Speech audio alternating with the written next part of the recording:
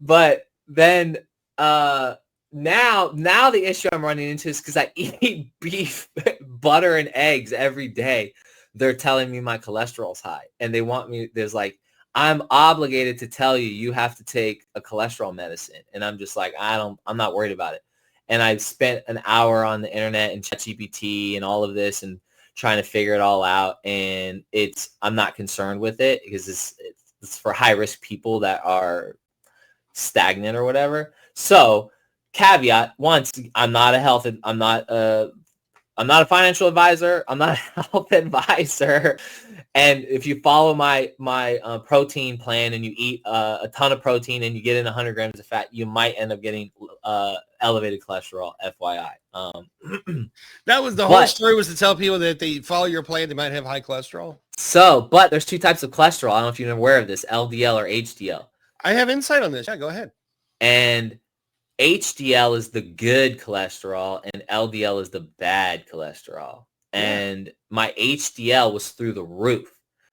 And my triglycerides. Because you're a good guy, Kevin.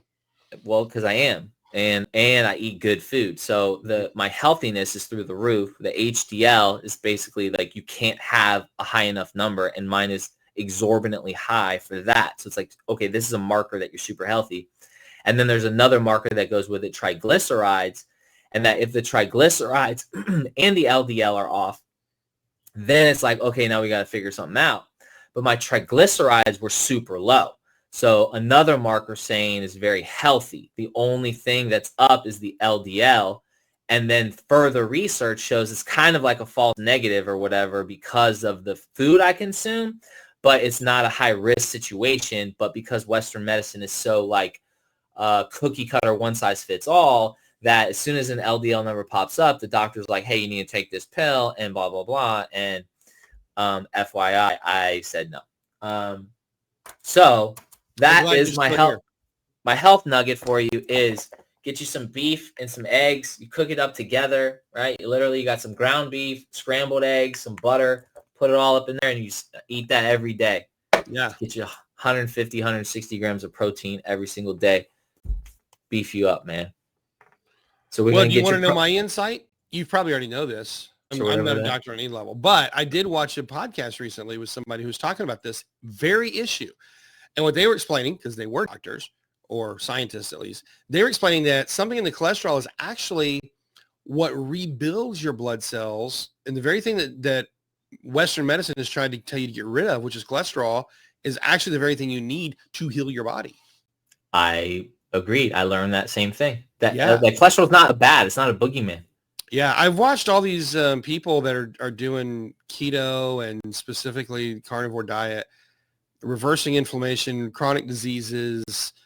It's really inspiring. And honestly, it jacks everything up from the Western diet and what we've been told. Yeah, like Jordan Peterson and Joe Rogan, all they eat is meat. Yeah. So I'm not there yet, but I do consume a lot of beef and butter and eggs. And yeah, it seems to be working. Yeah. So have you started consuming your own beef and your own eggs yet? Well, but I don't have an Amazon Fresh, and those birds have hormones. I mean, what are you going to do? I know I don't have my own chickens. My sister has chickens. I can go get chickens from her. You should become better friends with your sister. So we have a bunch of friends that give us chicken eggs. Yeah. And I'm telling you, it's night and day difference. Like the way they taste? I don't understand. Yes, they taste different. They're more filling. They have more color to the yolk. Yeah, like the dark yellow yolk. Yeah, like you don't even have to refrigerate them. That's something I learned. If you don't wash the eggs, you don't have to refrigerate